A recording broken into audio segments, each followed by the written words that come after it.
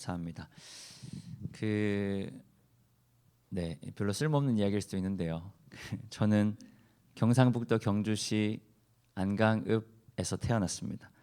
요즘 경주로 여행들 많이 가시더라고요. 이제 봄에 꽃도 많이 피고 야경이 그렇게 좋다는 소문이 많은데, 이제 그래서 여행들을 많이 가시는데, 혹시 이제 경주로 여행 가시는 분들은 미리 저한테 말씀해 주시면 제가 잘 다녀올 수 있도록 기도하도록 하겠습니다. 저는 경주에서 20년, 그리고 이제 대학에 진학하면서 대구에서 10년, 30년 동안의 경상도 생활을 마무리하고요. 2012년도에 자랑스럽게 서울로 올라왔습니다. 굉장히 익숙한 표현이죠. 서울로 올라간다. 지리적으로도 북쪽이기는 하지만 서울 밖에 사는 분들이 서울에 대해 가지는 인식을 굉장히 잘 보여주는 표현이기도 합니다. 지방 출신 분들은 잘 아실 텐데요. 시골에 살다 보면 도시에 대한 동경을 대부분 갖고 살아갑니다. 뭐로 가도 서울만 가면 된다라는 속담도 있죠. 어떻게 하든 목적만 이루면 된다라는 의미인데요. 많은 사람들이 서울에 가는 것을 인생의 목적으로 삼았다라는 말이기도 합니다. 그런 의미에서 여기 계신 모든 분들은 성공한 분이신 줄 믿습니다. 이것도 여담이지만 제가 서울에 전입 신고를 하고 나서 친구에게 연락을 했어요. 야, 나 서울 시민이 됐다. 네, 제가 말하면서도 되게 가소로운 느낌인데, 아무튼 야, 나 서울 시민이 됐다. 그러니까 친구가 와, 출세했구나라고 이야기를 했다는, 아무튼 여기 앉아 계신 모든 분들 성공한 인생인 줄 믿습니다. 지방에서 올라온 서울 시민들은 자기 삶에 묻어 있는 지방을, 그러니까 이게 팻 말고요, 그러니까 지방을 털어내려고 많이들 노력합니다. 여러 가지 것들을 서울에 맞게 바꾸고 싶어 하죠. 서울 스타일로 입고 그리고 서울 스타일로 생활합니다. 그러니까 서울이라는 곳에 적응해 가는 거죠. 그런데 그 중에 가장 두드러지는 게 바로 언어입니다. 언어. 사투리보다 서울말이 세련돼 보이는지 너도 나도 서울말을 쓰려고 굉장히 애를 씁니다. 그리고 실제로 굉장히 빨리 고치는 분들도 많이 계시죠. 그래서 저는 생각했습니다. 나는 서울에 가더라도 내 언어를 잃지 않아야겠다. 나는 서울에 가더라도 내 말투를 버리지 말아야겠다. 그래서 사투리로 말하고 사투리로 설교도 하고, 그리고 심지어 제 이야기는 아닌데 누군가가 이야기를 해주더라고요. 노래까지 사투리로. 사실 이 부분은 이해가 잘 안 되는데 제가 예전에 사역했던 교회 청년들이 그러더라고요. 이 목사님은 노래도 사투리로 하시네. 아무튼 서울에 올라와서 제 언어를 잃지 않으려고 부단히 노력했다. 왜냐하면 저는 경주 사람이기 때문입니다. 오늘 설교에 굉장히 중요한 요지가 등장했어요. 오늘 본문이 그런 이야기를 하고 있는 건데요. 바로 그리스도인들이 지켜야 하는 정체성과 관련된 내용입니다. 그런데 어떤 그리스도인이냐면 각지에 흩어져 살아가고 있는 그리스도인입니다. 그러니까 예수 안 믿는 사람들과 함께 살아가는 그리스도인. 기독교적 문화가 아니라 세상적인 문화 속을 살아가는 그리스도인입니다. 로마서에서 바울이 이렇게 고백하죠. 믿음은 바라는 것들의 실상이요 보지 못하는 것들의 증거이다. 굉장히 신실한 고백이기도 하지만 이런 말이 되기도 합니다. 믿음은 보이지 않는 것이다. 그러면 보이는 것은 무엇이냐면 바로 세상입니다. 믿음과는 별로 관계없는 것들, 우리 눈에 보이는 것, 우리 귀에 들리는 것들은 우리가 이야기하는 믿음과는 별로 상관없는 경우들이 많습니다. 조금 비약적이긴 하지만 돈에 눈이 먼 사람들도 있고요. 자신의 이익을 채우기 위해서 전전긍긍하는 사람들도 굉장히 많습니다. 자신의 필요에 따라 각종 이방신들의 무릎 꿇는 사람들, 그리고 심지어는 함께 믿음을 고백하던 이들 중에서도 세상 가치와 이방신을 향해 방향을 틀어버린 사람들까지 있죠. 그들 속에 섞여 살아가는 그리스도인들, 그들은 어떻게 그리스도인으로서의 정체성을 지킬 수 있는가? 중요한 문제죠. 세상 가운데서 우리가 어떻게 그리스도인으로서의 정체성을 지킬 수 있는가? 성도님들은 어떠신가요? 우리가 교회 와서 예배하지만 교회 밖을 나가서 한 주간 살아가는 삶의 자리를 돌아보면 사실 우리가 교회 안에서 누리는 이 거룩한 분위기는 별로 없습니다. 아니, 거의 없습니다. 우리가 교회 안에서처럼 하나님을 나눌 수 있는 사람들도 거의 없습니다.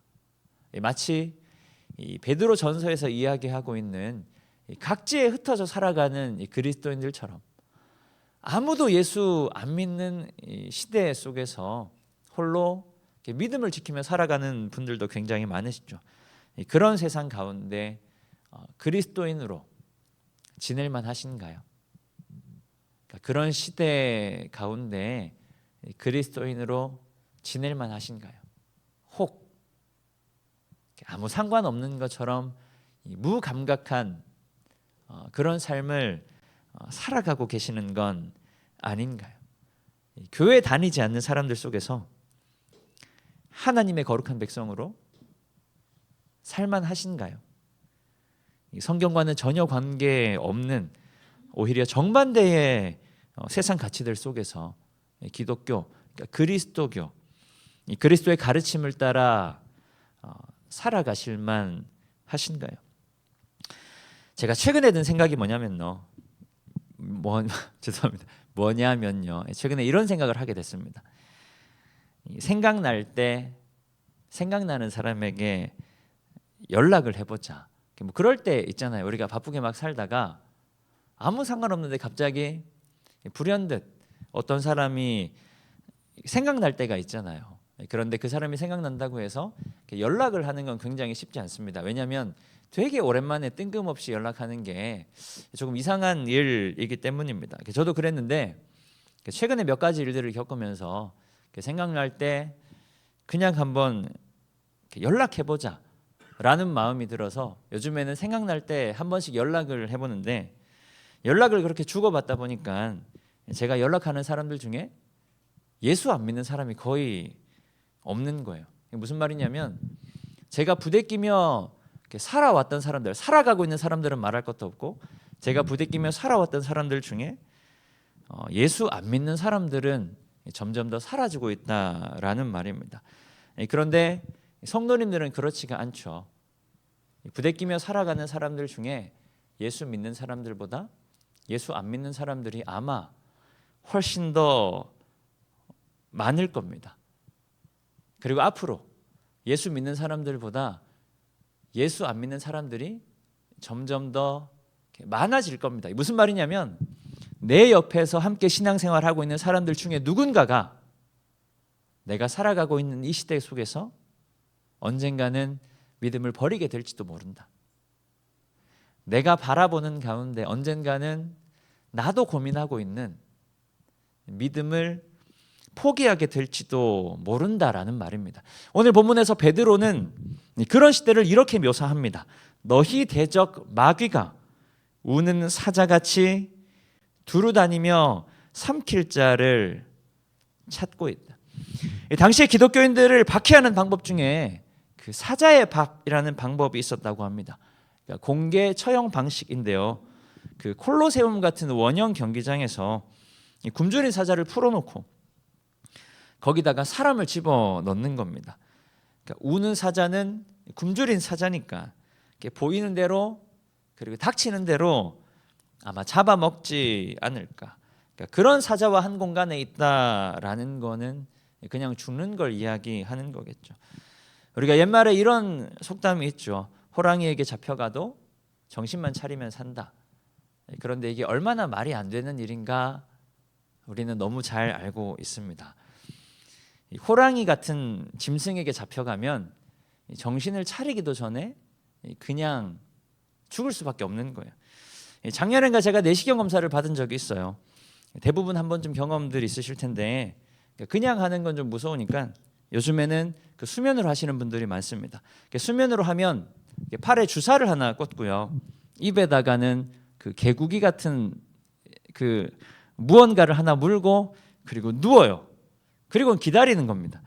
그런데 그때 어떤 생각이 드냐면 만약에 마취가 잘 안 되면 어떡하지? 대부분의 사람들이 마취가 잘 되는데 나는 다를 수도 있으니까 눈을 깜빡깜빡하면서 만약에 마취가 잘 안 되면 어떡하지? 주사를 꽂았는데 왜 이렇게 정신이 오랫동안 말똥말똥한 거지? 왜 이렇게 마취가 잘 안 되는 거지 생각하면서 눈을 깜빡했는데 간호사가 이렇게 말하는 겁니다. 환자분 다 끝났습니다. 자기도 모르게 넘어가는 거예요. 그러니까 굶주린 사자 앞에서는 아무리 건강하고 아무리 튼튼한 사람도 아무리 힘이 세거나 아무리 싸움에 능한 사람도 살아날 재간이 없습니다. 이런 말도 되는 거겠죠. 아무리 신앙이 좋은 사람이라 해도 방심하는 순간 자기도 모르게 신앙의 생명이 끊어지는 것이다. 우리는 얼른 그걸 인정해야 합니다. 그렇기 때문에 근신하고 깨어 있어야 한다. 오늘 보면 8절과 9절 말씀 함께 읽겠습니다. 근신하라 깨어라 너희 대적 마귀가 오는 사자같이 두루 다니며 삼킬 자를 찾나니 너희는 믿음을 굳건하게 하여 동일한 고난을 당하는 줄을 알미라. 삶의 여러 가지 순간들 가운데 고난과 역경, 달콤한 수많은 유혹들 속에서도 우리는 냉정하게 정신을 차려야 한다. 눈에 보이지만 결코 영원하지 않은 것들 때문에 보이지 않는 그러나 영원한 믿음을 포기하지 않아야 한다. 그렇게 우리의 믿음을 굳건하게 하여 우리는 그를 대적해야 합니다. 세상 가운데 흩어져 살아가고 있기 때문에 매일 매순간 은혜 충만한 모습으로 살아가기가 어렵기 때문에 때때로 그 싸움이 외롭고 힘들게 느껴질 수 있지만 그러나 각자의 자리에서 나와 동일한 믿음으로 동일한 싸움을 감당하는 자들이 함께 있음을 기억하며 우리는 버텨야 합니다. 신앙의 회의들이 이따금씩 찾아오기도 하지만 그럼에도 믿음을 지키는 자들이 있음을 기억하며 우리는 믿음으로 나아가야 합니다. 왜냐하면 모든 은혜의 하나님께서 그리스도 안에서 우리를 부르셨기 때문입니다. 오늘 보면 10절과 11절 말씀 함께 읽겠습니다. 모든 은혜의 하나님 곧 그리스도 안에서 너희를 부르사 자기의 영원한 영광에 들어가게 하시니가 잠깐 고난을 당한 너희를 친히 온전하게 하시며 터를 견고하게 하시리라. 권능이 세세 무궁하도록 그에게 있을지어다. 아멘. 세상 가운데 살아가던 우리를 하나님께서 불러주시고 믿음으로 말미암아 그리스도 안에서 하나님의 영원한 영광에 들어가게 하셨기 때문입니다.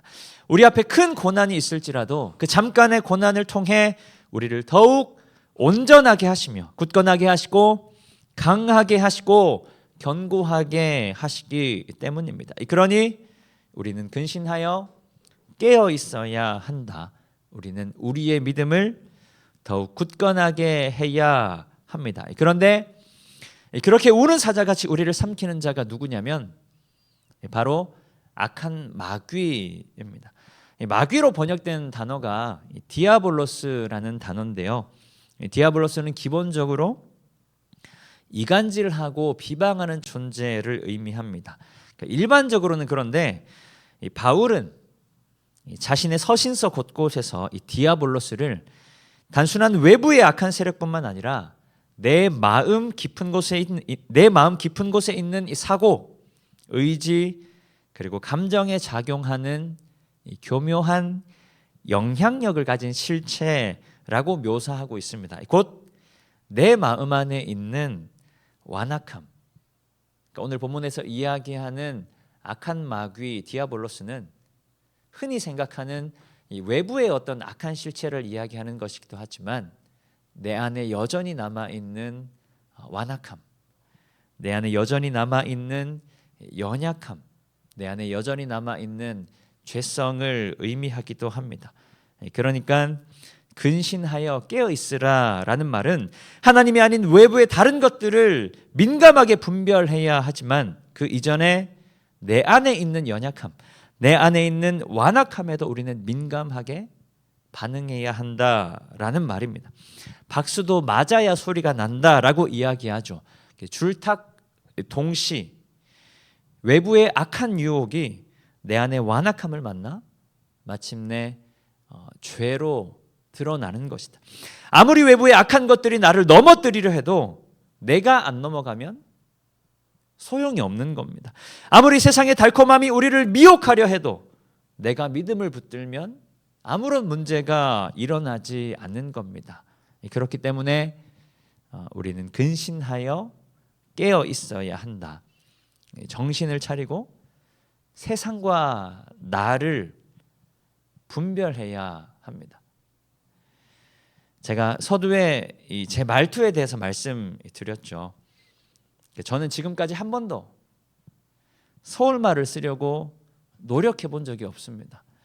아니 오히려 사투리를 쓰려고 굉장히 많이 노력하고 있어요. 그런데 주변의 거의 모든 사람들이 서울말을 하다 보니까 제가 의도한 것도 아니고 오히려 그러지 않으려고 애썼음에도 불구하고 서울말도 아닌 사투리도 아닌 그 중간쯤 어딘가의 언어를 사용하고 있습니다. 고향에 가면요, 좀 속된 표현이지만 애들이 서울말 쓴다고 재수없다고 하고요. 서울에 오면 사투리 쓴다고 웃긴다고 이야기합니다. 그런데 제가 한 가지 놀란 게 있어요. 뭐냐면 제가 시흥교에 와서 굉장히 감동적인 말을 들었는데요. 목사님이 경상도에서 오신 줄 몰랐다라는 뭐 그분이 이제 귀가 좀 의심스럽지만 아무튼 경상도에서 오신 줄 몰랐다라는 이야기를 듣기도 했다라는 거면 놀라운 일이죠. 그런데 무슨 말이냐면 우리가 엄청 노력해야 겨우 중간 정도밖에 못 간다라는 말입니다. 우리가 엄청나게 노력해야 우리가 엄청나게 노력하면 완전함에 이룰 수 있다라는 게 아니라 우리가 엄청나게 노력해야 겨우 중간 정도, 겨우 중간 어디쯤 정도 갈 수 있다라는 말이에요. 우리가 믿음을 잃지 않으려고 엄청나게 노력해야 우리가 갖고 있는 이 믿음을 겨우 잃어버리지 않을 정도의 신앙을 유지할 수 있다라는 말입니다. 그러니까 믿음이라는 게 근신하여 깨어 있으려고 우리가 부단히 노력해야 겨우 중간이라도 지킬 수가 있다. 이런 말이 있죠. 변질은 쉽지만 변화는 굉장히 어렵다. 우리가 오늘 이 저녁의 기도함을 통해서 근신하여 깨어있는 성도님들 되시기를 축복합니다. 우리가 그저 피상적인 말로 상투적인 언어로 깨어있어야 한다, 근신해야 한다라는 게 아니라 우리가 진솔한 마음으로 우리가 진솔한 믿음으로 하나님 앞에서 우리의 영을 우리의 믿음을 온전하게 깨울 수 있기를 소망합니다. 우리를 그리스도인으로 부르시고 오늘 이 저녁 기도의 자리로 또한 부르시고 하나님의 영광에 참여하게 하신 하나님께서 세상의 수많은 고난과 유혹을 통해 우리를 온전하게 하시고 우리를 굳건하게 하시며 강하게 하시고 또 견고하게 하실 줄 믿습니다. 그렇게 하나님께서 능히 우리로 승리케 하실 줄 믿습니다. 그렇게 권능이 세세무궁하도록 그에게 있을지어다.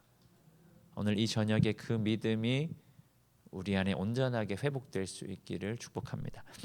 우리 시간 함께 찬양하며 나아가겠습니다.